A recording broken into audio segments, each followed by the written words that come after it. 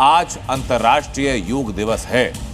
देश दुनिया से योग की कई तस्वीरें, असंख्य तस्वीरें सामने आई, लेकिन सबसे अच्छी तस्वीर आई उत्तर प्रदेश से, मध्य प्रदेश से और महाराष्ट्र से, जहां मुस्लिम धर्म को मानने वाले लोगों ने बिना किसी संकोच के प्राणायाम किया, सूर्य नमस्कार किया।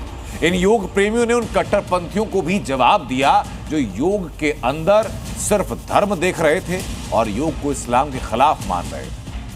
सूर्य नमस्कार में हमारे जितने आसन आते हैं, जितनी मुद्राएं आती हैं, तो हमारे मुस्लिम बंधु जो नमाज पढ़ते हैं, आप देखते होंगे उससे मिलते जुलते हैं। ऐसा कहाँ लिखा है कि योगा करना जायज नहीं है? करना गलत नहीं। जो इंसान अगर सही होगा ना, उसे गलत नजर से देखा तो उसे गलत ही। देश से विदेश तक, आम से खास तक, जवान से सियासतदान तक, अंतर्राष्ट्रीय योग दिवस के मौके पर दुनिया भर से एक से बढ़कर एक तस्वीरें सामने आई।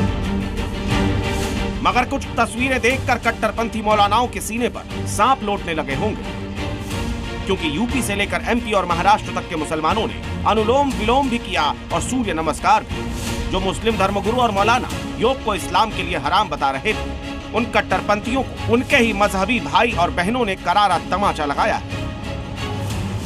सूर्य नमस्कार की जहां तक बात है, वो योगा का हिस्सा नहीं है। वो एक अलग से मजहब का एंगल जोड़ा गया है। योगा इतना जरूरी चीज नहीं है, लेकिन नमाज कंपलसरी है।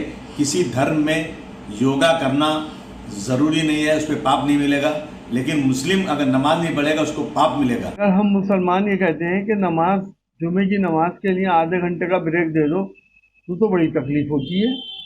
योगा करना गलत नहीं है, अपनी भी सोच की बात है, अपनी सोच पर डिपेंड करता है कि इंसान जैसी नजर से देखो उसे वैसे नजर आता है। ये बिल्कुल गलत है कि मुस्लिमों के लिए योगा नहीं है, बिल्कुल है योगा। और ये बाकी तो अपनी अपनी नजर की बात है। जो इंसान अगर सही होगा ना, उसे गलत नजर से देखा तो उसे गलत ही लगेगा। सबसे पहले संभल से आई तस्वीरें देखिए, जहां योग दिवस के मौके पर बड़ी संख्या में मुस्लिम महिलाएं और स्कूली बच्चियों ने कट्टरपंथियों को आईना दिखाया। इन्होंने मजहब के नाम पर बांटने वाले मौलानाओं को साफ लहजे में समझा दिया कि योग कहीं से इस्लाम विरोधी नहीं है, और अगर मुस्लिम धर्मगुरुओं को योग से परहेज है तो नमाज भी बंद कर दें।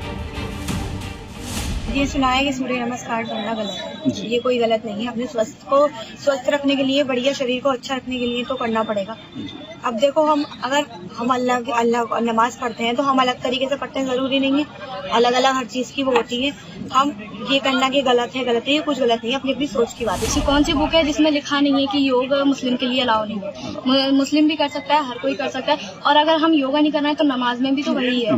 नमाज में हम कर रहे हैं तो वहाँ पर सजदा लगा रहे हैं, वो बालासन हो गया। बैठ कर दुआ कर रहे हैं तो वो व्रजासन हो गया। खड़े होकर नीचे झुक रहे हैं तो वो पश्चिमोत्तानासन हो गया। यूपी में संभल के मुसलमानों ने सार्वजनिक कार्यक्रम में योग किया। सांस लीजिए, ऊपर हाथ। तो एमपी के भोपाल में वक्फ बोर्ड के दफ्तर में ही योग किया, जिसमें मुसलमानों ने बिना किसी हिचक और झिझक के सूर्य नमस्कार भी किया। अंतर्राष्ट्रीय योग दिवस पर वक्फ बोर्ड ने सूबे के 15,000 ब्रांड्स को बाकायदा एडवाइजरी जारी की थी, जहां संभव हो वहां योग जरूर करें, और इस एडवाइजरी का मुस्लिम समुदाय ने पालन भी किया। भोपाल के वक्फ दफ्तरों में योग कार्यक्रम हुए तो मुंबई में मदरसों ने योग दिवस पर बढ़ चढ़कर हिस्सा लिया। साकिनाका के अंजुमन शाह ने इस्लाम उर्दू स्कूल में आयोजित योग कार्यक्रम में दर्जनों बच्चों ने योग किया। तमाम जो मदरसे के और स्कूल के बच्चे हैं वो इस वक्त पद्मासन में बैठे हैं और पद्मासन में जो है योग कर रहे हैं। ऐसे में कुछ बच्चों से भी हम बात करके जानना चाहेंगे। आपका नाम? रिहान, योगा कर रहे हैं आप। योगा करके क्या मतलब बदलाव कुछ नज़र आ रहा है अपने आप? थोड़ा मन को शांति मिल रही है, और क्या बोलते, आज तक मैंने अभी योगा एक बार दो किया है, तो करना चाहिए। जैसे कि मेरी बॉडी अभी क्या बोलते, मैं करता हूँ रोज, कभी घर पे कर लेता हूँ। इस योग कार्यक्रम में बच्चों के साथ मदरसे के उर्दू टीचर भी शामिल हुए और योग को मजहब से इतर भारतीय संस्कृति की देन बताया। योग करो, रहो निरोग। तो योग बहुत ज़रूरी है। और आज देखिए, योग जो है वो गली मोहल्ले और शहरों से बाहर निकलकर आज मदरसों तक भी पहुंचा है। आज हमारे मदरसे की भी बच्चे, असातिज़ा भी योग कर रहे हैं, योग सीख रहे हैं। ये बहुत अच्छा संकेत है। अब लोग समझ चुके हैं कि योगा के माने क्या है। योगा एक जो है कसरत है।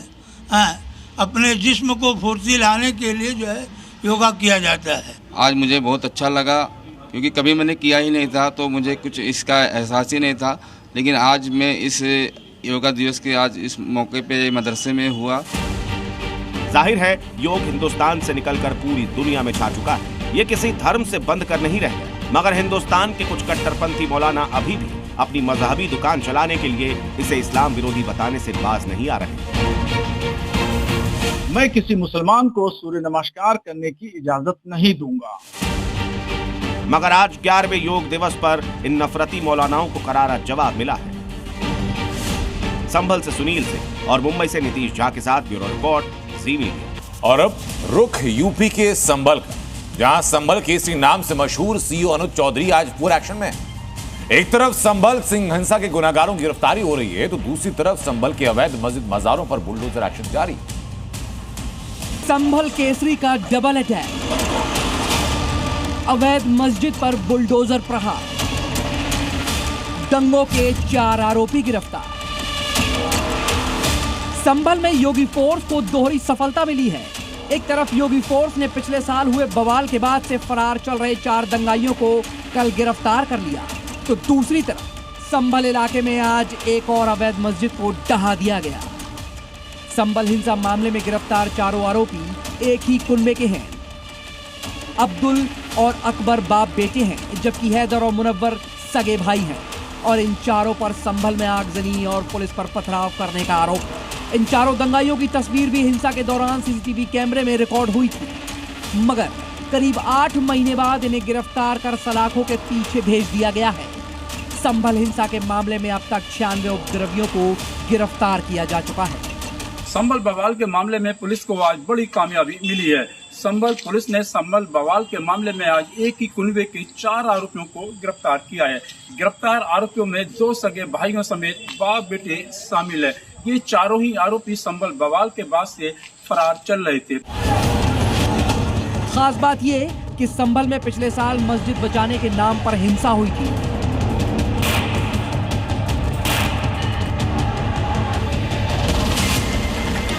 और उसका अंजाम ये है कि अब संभल की मस्जिदें एक एक कर जमींदोज होती जा रही हैं। नवंबर में जो हिंसा भड़की, उसके बाद से योगी फोर्स ने जब पूरे संभल में जांच अभियान चलाया, तो पता चला कि 1-2 नहीं बल्कि कई मस्जिद अवैध जमीन पर बनी हुई हैं, जिसके बाद उन पर बाबा का बुलडोजर चलना शुरू हो गया। इसी कड़ी में आज चंदौसी की रजाए मुस्तफा मस्जिद का नंबर था, जो नगर पालिका की जमीन पर कब्जा करके बनाई गई थी। लिहाजा संभल प्रशासन ने पहले मस्जिद कमेटी को 15 दिन की मोहलत दी, और जब आज वो मियाद पूरी हो गई तो बुलडोजर कार्रवाई शुरू कर दी गई। मामला मस्जिद का था, लिहाजा मौलाना को काबू करने के लिए संभल के केसरी कहे जाने वाले सीईओ अनुज चौधरी खुद मौके पर मौजूद थे। साथ ही भारी पुलिस बल भी तैनात रहा। हालांकि प्रशासन ने जैसे ही बुलडोजर से अवैध मस्जिद को ढहाने की कार्रवाई शुरू की, मस्जिद कमेटी के लोग फिर से मोहलत मांगने लगे और अपने हाथों में हथौड़ा लेकर मस्जिद को गिराने के काम में जुट गए। नहीं हुआ तो 5 तारीख को नोटिस दिया गया था 15 दिनों के लिए, तो वो 15 दिन की अवधि का समाप्त हो गई है। तो इन्होंने तोड़ने की शुरुआत तो की है, लेकिन 2-3 दिनों में जो प्रगति है वो बहुत संतोषजनक नहीं दिख रही है। तो कल समाप्त हो गया तो वहीं संभल के सिंघा मनोज चौधरी ने साफ चेतावनी दी कि अगर किसी ने सरकारी या सार्वजनिक जमीन पर कब्जा किया है तो वो खुद उसे हटा ले, नहीं तो प्रशासन का पीला पंजा तैयार है।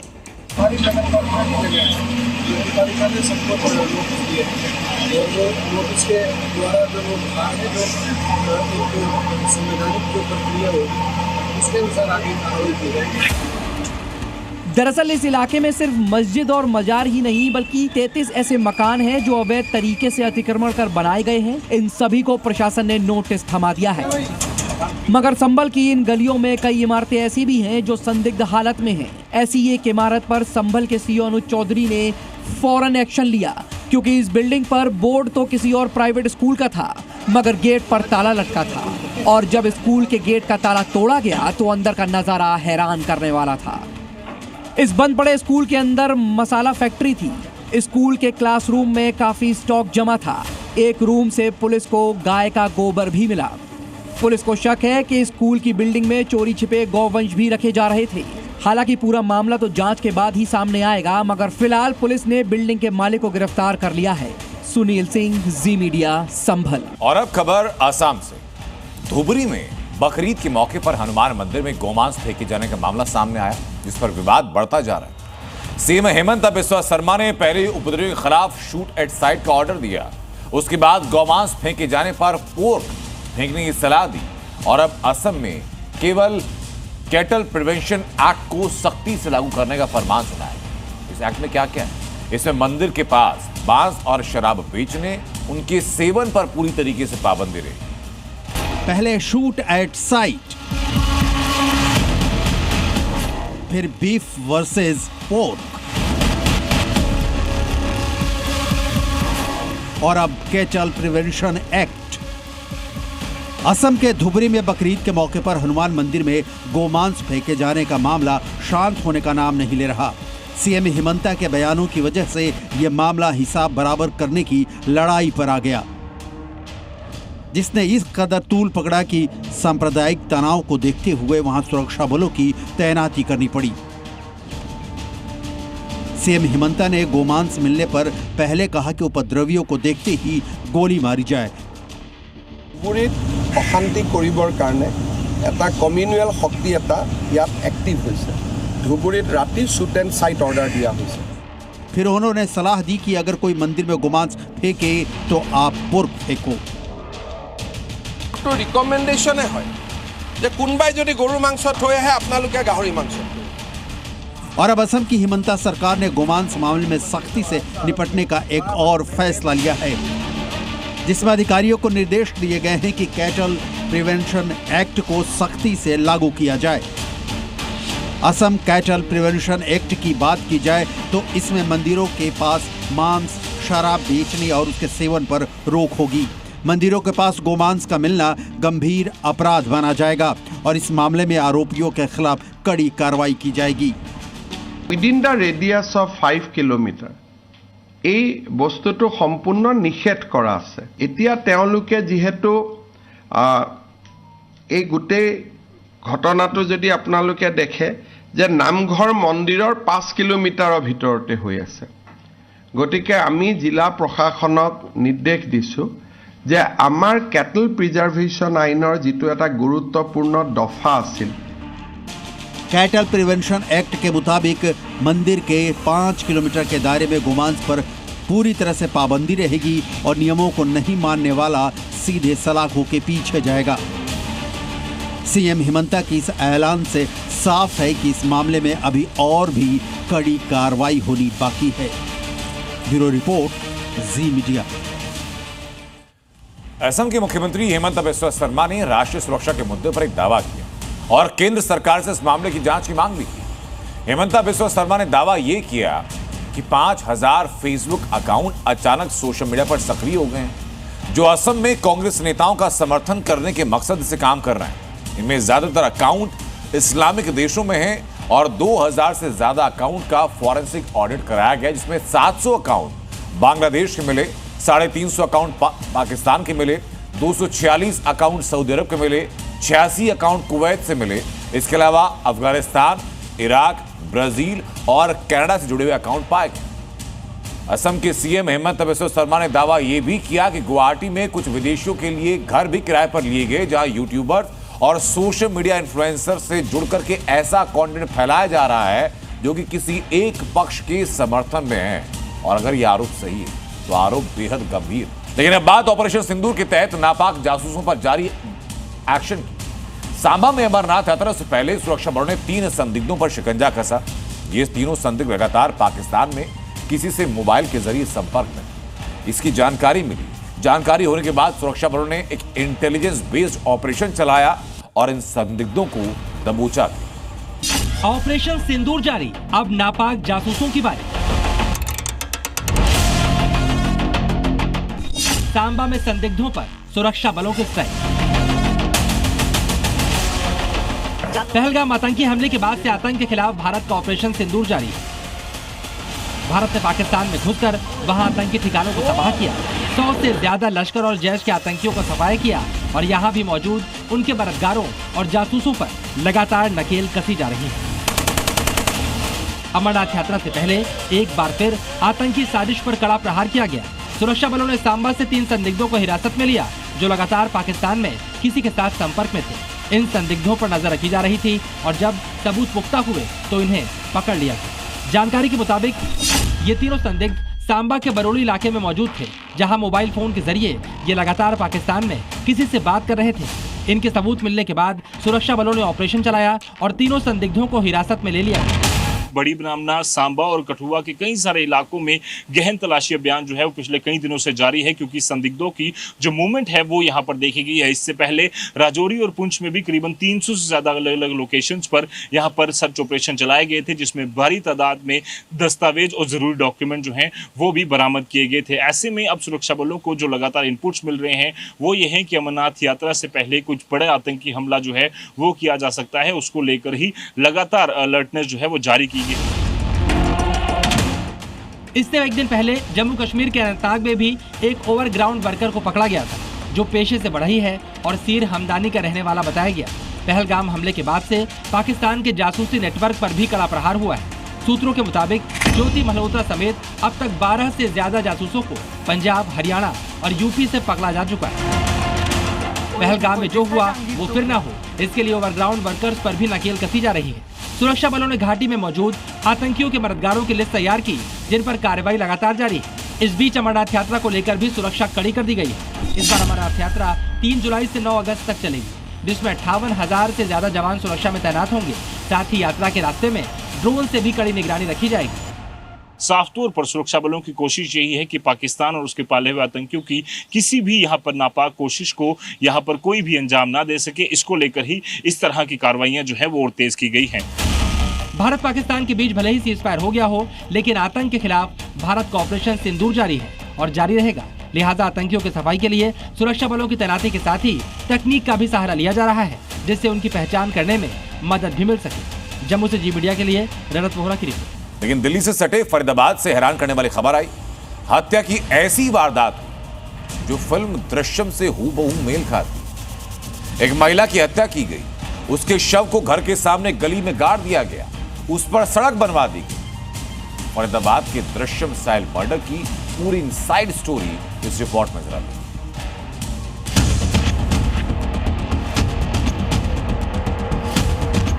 ये तस्वीरें हैं हरियाणा के फरीदाबाद की, जहां 2 महीने से लापता 28 साल की तनु सिंह राजपूत का शव जेसीबी से खुदाई के दौरान गली से मिला।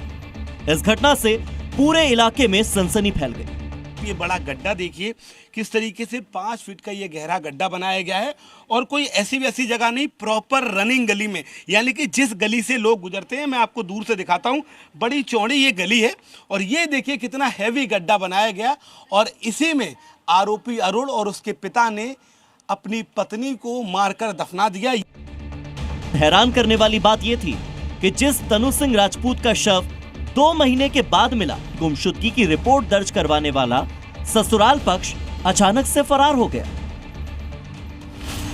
पुलिस ने शव को तो पोस्टमार्टम के लिए भेज दिया, लेकिन जैसे जैसे मामले की जांच आगे बढ़ी, ये मामला खतरनाक मोड़ लेता चला गया। बहू की लाश मिलते ही ससुराल के सभी लोग घर छोड़कर फरार हो गए। दरअसल तनु सिंह की शादी करीब 5 साल पहले 2021 में अरुण सिंह के साथ हुई थी। तनु 2 महीने पहले अचानक से गायब हो गई।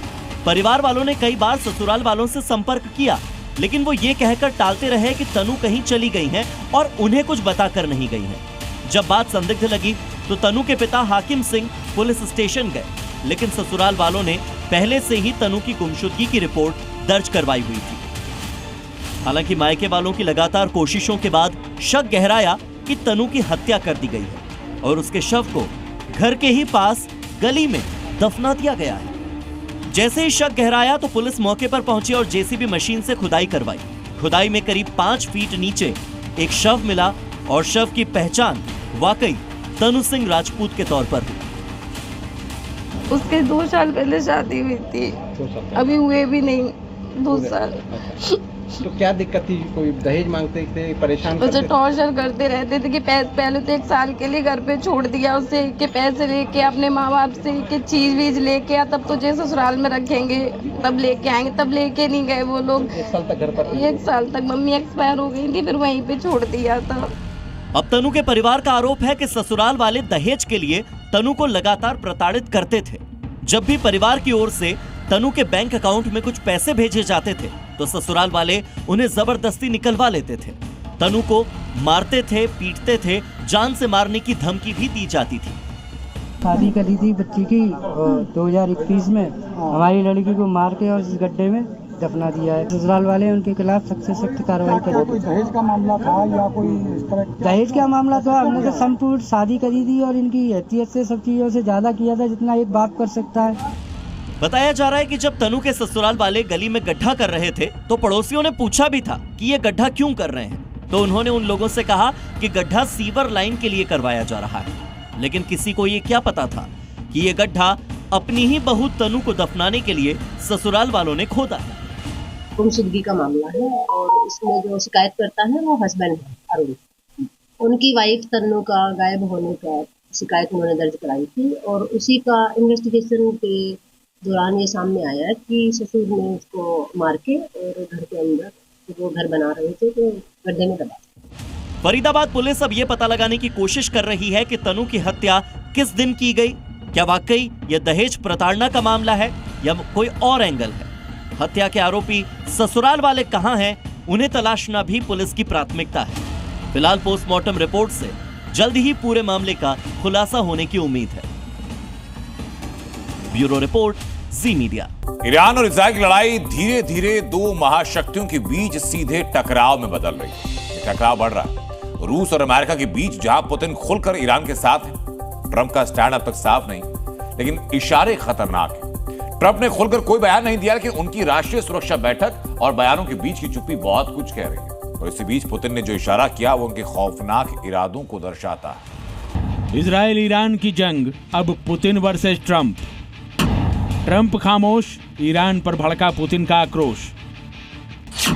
पुतिन का इशारा, अब वर्ल्ड वॉर 3 होगा। मिडिल ईस्ट में tension, Moscow versus Washington. Iran और इजराइल की जंग अब सिर्फ मिसाइलों की लड़ाई नहीं है, अब ये टकराव बनता जा रहा है 2 महाशक्तियों के बीच का, यानी अमेरिका और रूस के बीच का। एक तरफ रूस के राष्ट्रपति पुतिन खुले तौर पर ईरान के साथ खड़े हो गए हैं, तो दूसरी तरफ अमेरिकी राष्ट्रपति ट्रंप इजराइल को बैक सपोर्ट दे रहे हैं। ये लड़ाई अब तेल अवीव से आगे निकल चुकी है। अब ये जंग यरूशलेम, तेहरान और मॉस्को से होती हुई वाशिंगटन की दहलीज तक जा पहुंची है। ईरान ने जो हाइपरसोनिक मिसाइलें इजराइल पर दागी थीं, उसने सिर्फ डिफेंस सिस्टम नहीं फाड़ा, बल्कि वैश्विक शांति की चादर को भी चीर कर रख दिया है। और अब सामने आ गया है पुतिन का सबसे उग्र बयान, जिसमें पुतिन ने अमेरिका को सिर्फ चेतावनी नहीं दी, बल्कि उन्होंने खुलकर भयानक जंग की ओर इशारा कर दिया है। पुतिन ने अपने नए बयान में कहा है कि ईरान और रूस एक ही ताकत के खिलाफ लड़ रहे हैं, दुनिया तीसरे विश्व युद्ध की ओर बढ़ रही है। और तो और पुतिन ने इजराइल को सीधे चेताते हुए ये भी कह दिया है कि रूस का पैर जहां पड़ता है वो सरजमी उसकी हो जाती है। पुतिन के इस बयान का सीधा मतलब है, अमेरिका अगर इजराइल के जरिए ईरान को दबाएगा तो रूस खुद मैदान में उतर जाएगा। यहाँ ध्यान देने वाली बात यह भी है कि रूस और ईरान का गठबंधन अब केवल हथियारों का नहीं रहा, अब वो साइबर, अंतरिक्ष और जियोपॉलिटिकल स्तर पर भी गठबंधन बना चुके हैं। पुतिन से पहले ट्रंप ने सीधे शब्दों में तो नहीं, लेकिन इशारों में काफी कुछ कह दिया था। ट्रंप ने कहा था कि मैं इजराइल को नहीं कहूंगा कि वो ईरान के साथ जंग रोके। मतलब साफ है, ट्रंप वाशिंगटन से इजराइल के पीछे खड़े हैं। उन्होंने नेशनल सिक्योरिटी की मीटिंग बुलाई है और संकेत है कि अगर सीधे पुतिन मैदान में आएंगे तो ट्रंप भी एग्रेसिव पॉलिसी अपनाएंगे। अब तस्वीर पूरी तरह साफ हो चुकी है। एक तरफ रूस और ईरान का धड़ा है, तो दूसरी तरफ इजराइल के साथ अमेरिका खड़ा है। उधर ईरान भी अमेरिका को आंख दिखा रहा है। ईरान कह रहा है कि अमेरिका ने कूटनीतिक धोखा दिया है। ईरान की तरफ से यह भी कहा गया है कि साइबर युद्ध का विकल्प खुला है, यानी अगला हमला मिसाइल से नहीं, सर्वर से हो सकता है। अब सवाल ये नहीं है कि क्या वर्ल्ड वॉर 3 होगा, बल्कि सवाल ये है कि अगर विश्व युद्ध होता है तो कब, कहां और किसके जरिए होगा। वर्ल्ड वॉर 3 की परछाई अब सिर्फ थ्योरी नहीं है, बल्कि यह परछाई पुतिन के आक्रामक बयान, ईरानी मिसाइलों और ट्रंप की चुप्पी में खुलकर दिख रही है। तो अब लगभग क्लियर हो चुका है कि इजराइल और ईरान की जंग एक डमी बैटल बन चुकी है और असली खेल है पुतिन बनाम ट्रंप के बीच का। और ग्लोबल कॉरिडोर में ऐसी चर्चा भी जोर पकड़ रही है कि ये जंग हो रही है तेल के लिए, दबदबे के लिए और नए वर्ल्ड ऑर्डर के लिए। ब्यूरो रिपोर्ट, जी मीडिया। अब बात ईरान के खिलाफ एक्टिव हो चुकी है अमेरिका के 9 तरफा चक्रव्यूह। बिल्कुल सही सुन रहे हैं, 9 तरफा चक्रव्यूह। इजराइल से जारी जंग के बीच अमेरिका ने ईरान को 9 तरफ से घेरना शुरू किया। ईरान के आसपास मौजूद सभी एयरबेस पर अमेरिका एक्टिव है। अमेरिका के वो कौन कौन से मिलिट्री और एयरबेस हैं जहां से अमेरिका क्या करता है और एयरबेस ईरान के लिए कितने खतरनाक हैं, ये जरा जानें। पहला, अल उदीद मिलिट्री बेस कतर में, यूएस सेंट्रल कमांड डिप्लॉयड है, उसका हेडक्वार्टर यहां पे। दूसरा, अल थफरा एयरबेस यूएई में है, 380वीं एयरविंग का अड्डा है। तीसरा, कैंप आरिफ जान एयरबेस कुवैत में है, लॉजिस्टिक एंड सपोर्ट सेंटर है। चौथा है अल तनफ मिलिट्री बेस, सीरिया में है, घातक मरीन कमांडो की तैनाती है। अल असद एयरबेस इराक का सबसे बड़ा अमेरिकी एयरबेस है। एयरबील मिलिट्री बेस कुर्दिस्तान, उत्तरी इराक, यूएसए की स्पेशल ऑपरेशन फोर्स है। इसके अलावा इंसरलिक एयरबेस तुर्की में, fighter jets, tanker planes, surveillance और एयरक्राफ्ट डिप्लॉयड यहां पर। इसके अलावा एनएसए एयरबेस बहरीन में, 5वीं फ्लीट का हेडक्वार्टर यहां पर। 9वां है डिएगो गार्सिया बेस, हिंद महासागर में B-2 बम वर्षक विमानों का एक लॉन्च पैड कहा जाता है। लेकिन मिडिल ईस्ट की आग में अब न्यूक्लियर बम की चिंगारी भी उठने लगी। ईरान और इजराइल की दुश्मनी अब उस पॉइंट पर है जहां एक भी गलत कदम दुनिया को परमाणु खतरे में झोंक सकता है। इजराइल ने ईरान की न्यूक्लियर सिटी पर सीधा हमला किया, सबको चौंकाया और ईरान अब पलटवार के लिए रणनीति बना रहा है।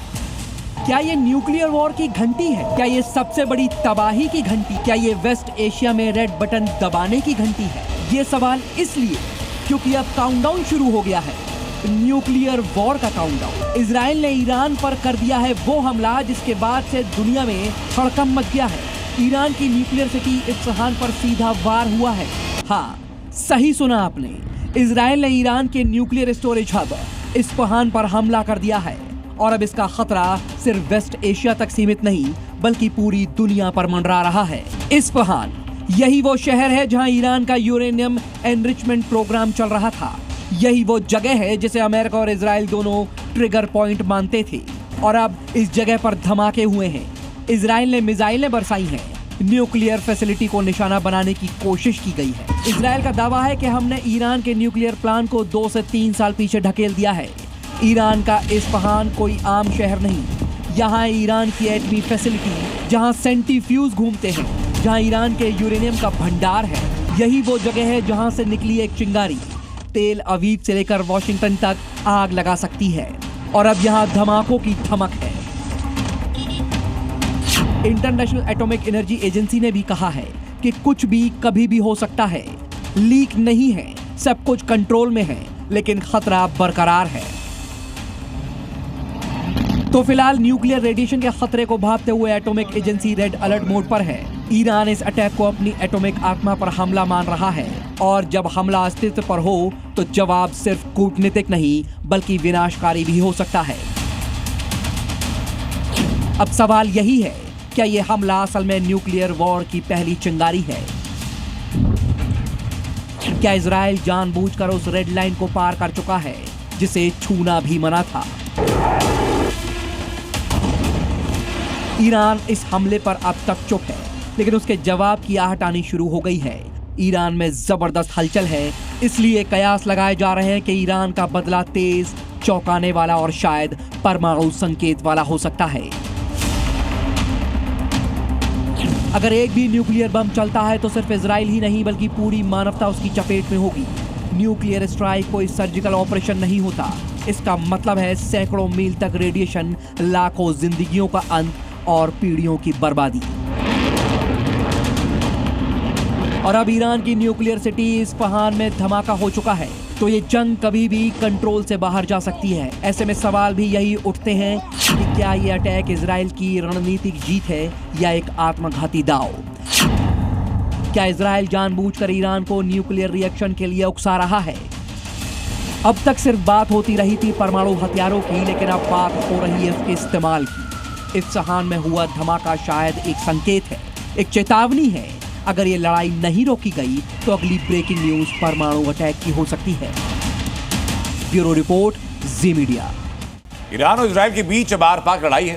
नेतन्याहू ने जंग को पर्सनल करार दिया और ईरान ने भी इजराइल को मिटाने की कसम खाई। 24 घंटे में अटैक की रफ्तार बढ़ी। ईरान और इजराइल दोनों देशों ने एक दूसरे पर मिसाइलों की बौछार कर।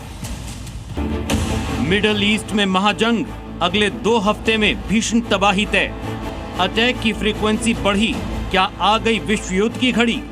मिडिल ईस्ट में आग लग चुकी है और अब ये आग थमती नजर नहीं आ रही है। ईरान और इजराइल की जंग ने वो मोड़ ले लिया है जहां से पीछे हटने की गुंजाइश कम ही बची है। 24 घंटे में अटैक की फ्रीक्वेंसी बढ़ चुकी है। ईरान और इजराइल की मिसाइलें अब मिनटों में जवाब दे रही हैं। तेल अवीव कांप रहा है, इस्फहान सुलग रहा है और नेतन्याहू ने ऐलान कर दिया है ये युद्ध अब पर्सनल है। मतलब अब सिर्फ टारगेट सेट हो रहे हैं और तबाही हो रही है। इजराइल के प्रधानमंत्री बेंजामिन नेतन्याहू ने अब इस युद्ध को सिर्फ नेशनल डिफेंस नहीं, पर्सनल युद्ध करार दे दिया है।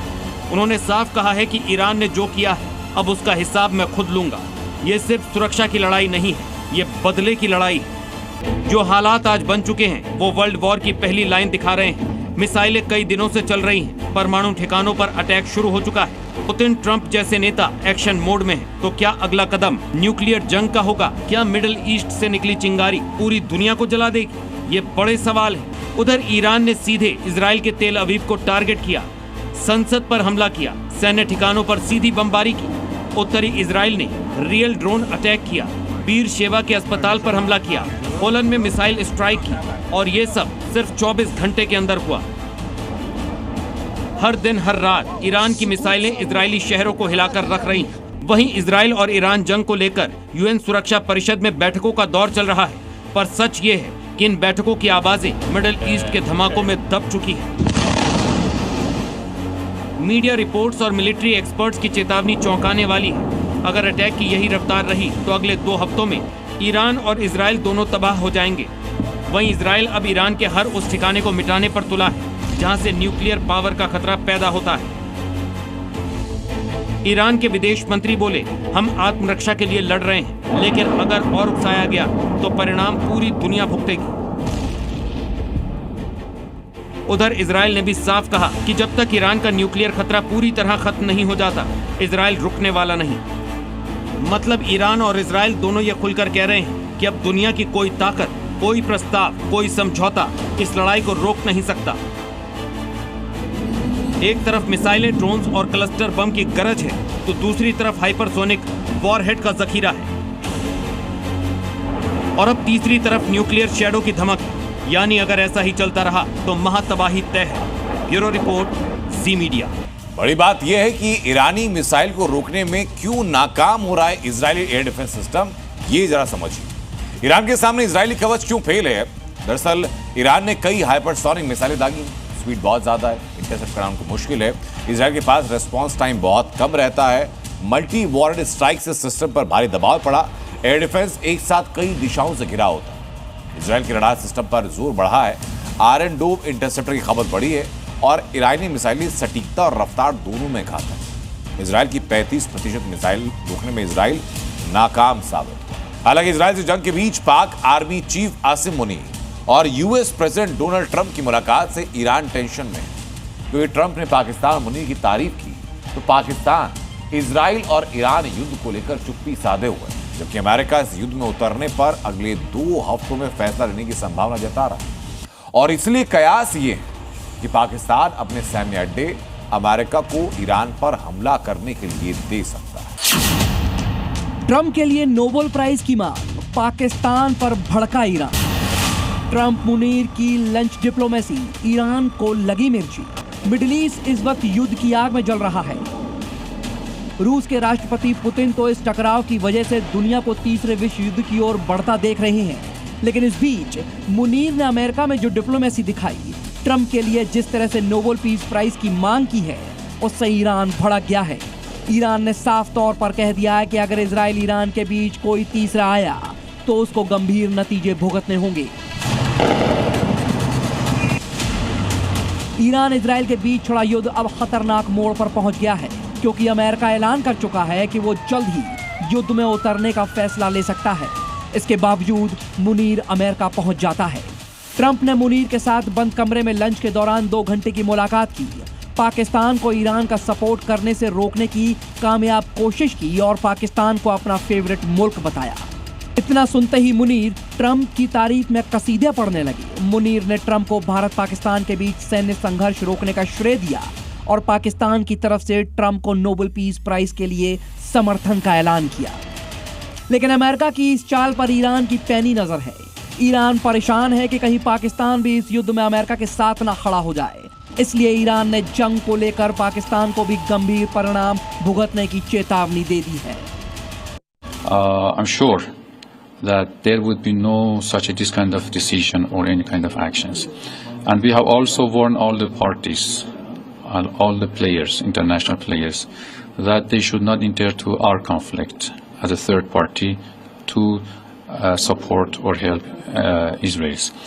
Because if they wanted this conflict to be de-escalated, they should go on the right way. This is the wrong way. And there would be no consequences except the whole region will be in fire. दरअसल पाकिस्तान के field marshal मुल्ला मुनीर के 5 दिन के Washington दौरे के कई मकसद थे। भारत से जान बचाने के लिए धन्यवाद देना, खुद को शहबाज सरकार से ज्यादा मजबूत दिखाना और पाकिस्तानी अवाम की नजर में माहौल बनाना, जिसके लिए पहले तो मुनीर ने अमेरिकी आर्मी डे में शामिल होने की अफवाह उड़ाई। लेकिन जब इस बात का दुनिया भर में मजाक उड़ा तो मुनीर 2 दिन बाद अमेरिका पहुंच गया और ट्रंप के जाल में फंस गया। ट्रंप मुनीर की मुलाकात से ईरान के डर की वजह वाजिब है, क्योंकि पाकिस्तान को फौज ही चलाती है और पाकिस्तानी फौज के अड्डों पर अमेरिका का कंट्रोल है। पाकिस्तानी फौज के हेडक्वार्टर से कुछ ही दूरी पर स्थित नूर खान एयरबेस है, जिसके बारे में कहा जाता है कि सीक्रेट तौर पर अमेरिका के नियंत्रण में है। पाकिस्तान के वरिष्ठ सैन्य अधिकारियों को भी इसमें दखल की अनुमति नहीं।